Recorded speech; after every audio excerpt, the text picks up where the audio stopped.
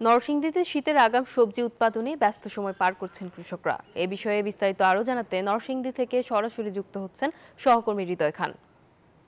হৃদয়, আগাম সবজি নিয়ে বিস্তারিত আমাদেরকে জানাবেন।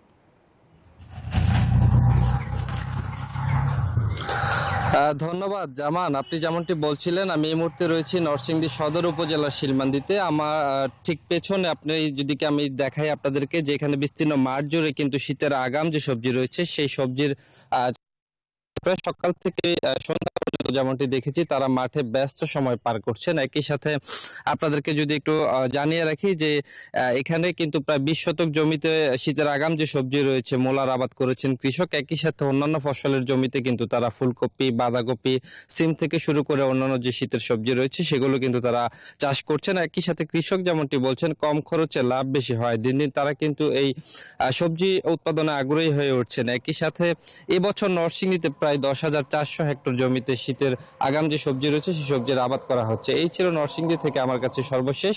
ফিরে যাব স্টুডিওতে জামানের কাছে। জামান।